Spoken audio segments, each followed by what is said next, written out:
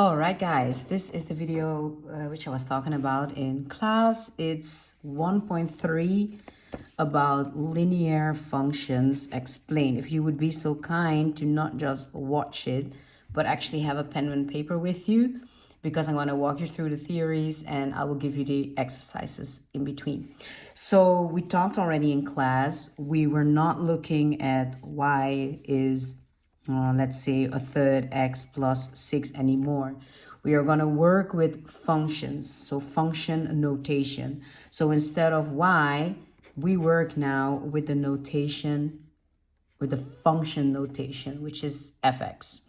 Another function notation, I'm going to write it like this, is you can come up with anything. Could be hx is, and then we have a formula minus 5x minus 3. So there's a difference here. It's not y anymore, it's now hx, but it's the same thing. Now I want to take you to the theory. So theory A, it says a function takes a number, the input, and produces another number, the output, according to a fixed rule. So basically, we're not going to do any exercises of theory A, but what they are saying is this x, it's indeed the input. Very good. And this, of course, is the output. So if I would say, okay, my x is changing into, let's come up with a number, let's say 2. My function input is 2. My input indeed is 2. And therefore, I get then outcome. Let me grab the calculator just in case. This is now my, the usual. It's minus 13. So I would say the function value 2 gives output minus 13. So I could ask you, check that, and I would write this.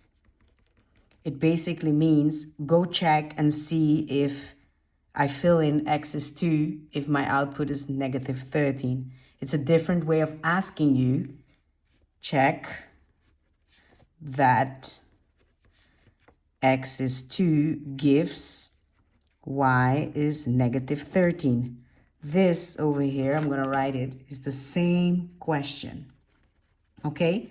I always tell the students that it's a fancy way of writing it now, a fancy way of asking you to calculate something. So we're not going to make any exercises regarding theory A. We're going to talk immediately about the function notation. So now let's say we got this function. Let's write them again. Yeah, so write down the function of f and write down the function of h. So what you do is you write it down. And also you write down this function. Yeah, I just created them. Now, what I can do, I can play with these functions, all right? For example, I can ask questions such as calculate this value. Calculate the function value of 4. Yeah, so what I want you to do, this is indeed a function notation. I want you to calculate the outcome. The output, I want you to calculate the y. So pause the video and do this with intermediate, of course. Now, I'm not going to write it, but I'm pretty sure that you got that. I can also ask you different questions. For example, consider a new function, gx, a function notation. And I tell you this new function is fx plus hx. So I created a new function notation. So what you can do is now, create this new function, g, and I put fx there, so 1/3 x plus 6, plus hx, which was minus 5x minus 3. And since it's plus, you can put this within bracket, but since it's plus, it has no effect on the negative over there. If it was negative, but you're going to see in an exercise, if it was minus, it will have effect. But I'll leave that up to you. So here you can put the x's, of course, the like terms together. You get the fraction 1/3 minus 5. Let's grab the calculator. Just to show you, this is an old one, but just to show you that you can do anything on a calculator, I just type minus 1/3 because I don't have the blue calculator, and then minus 5. And then I know that this fraction, why am I doing minus? My bad, guys. I have to remove this. It's just 1/3 minus 5, which is minus 4 2/3. Yeah, just to show you that you can do anything on a calculator. And then 6 minus 3, I don't need to check that, but that's plus 3. So new function notation for G is this. And then I can ask other questions such as calculate. You can come up with that yourself. For example, -6. And then once again, you fill it in, etc. So you can do that. And what you can do are now the exercises that I had for you. Like I promised, if you can make 36, so make 36, 37, and if you have time, you can practice L6. So make these 3, and then you can continue. I'm going to continue explaining the last theory of this paragraph 1.3, but please just stop and make this first, okay? And correct it immediately. So if you understand theory A and B, it goes well. That's great. Let's go to theory C. So we talked already, and it says also in the theory, I'm going to grab it so you can really see it. Here we go. This function corresponds with this formula. So if I ask you on the test, what is the formula, you write down with y. If I ask you what's the function, you write as fx or gx or whatever. So here, if I have to ask, does a point lie on the graph, you fill in the x, the 4, also, of course, in the beginning, because we're writing as a function notation. And then you show it as 13, and then you can continue with the exercise. In fx, the a is still 3 and the b is still 1. That never changes. Yeah, so this is nothing new. So theory C, it continues explaining. So it tells you basically y is ax plus b. This is called formula. And fx is ax plus b. This is called function or function notation. Okay? So it's still the same thing. A and A, B and B. That doesn't change. What I do want to add is the questions that you can make. Making a line is the same thing. So instead of x and y in the table, we get now xn. Yes, very good.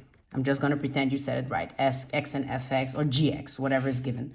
So the only thing I do want you to practice is 38. And of course, if you can, 40. Those 2 questions. Now, what's important with these questions is for 1.4, what you did in class is remembering that y-intercept means x is 0. And x-intercept, what we did, means y is 0, right?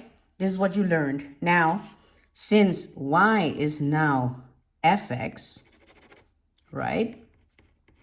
It means x is 0. So in this case, it means the function is 0. So in other words, when you fill in 0 in a formula, let's grab the one that we did before. I think it was something like, let me just make a new one. Something like fx and then 2x minus 4. This means that 0 goes there. In other words, 0 goes on the spot of x. So therefore, my f0 is actually my b. So it doesn't change a lot. It's just the notation. So the Fabio students, you're going to remember it actually x-intercept and y-intercept. Let's start with the y-intercept is the function of 0. And x-intercept means y is 0. So in other words, fx is 0. The outcome is 0. So in other words, this is fx is 0. It's the same thing. And if you struggle with this, just remember, oh yeah, x-intercept means y is 0. Y-intercept means x is 0. It's the same thing. It's just a different notation. Yeah, it's not a big deal if you don't use the notation that you learned, but later on in the year you must. Yeah, because this is what they're going to use now. So what I do want you to really read now, after you made the exercises, read 1.4 theory A again. And now it's going to make sense again. Yes? All right, guys. Good luck.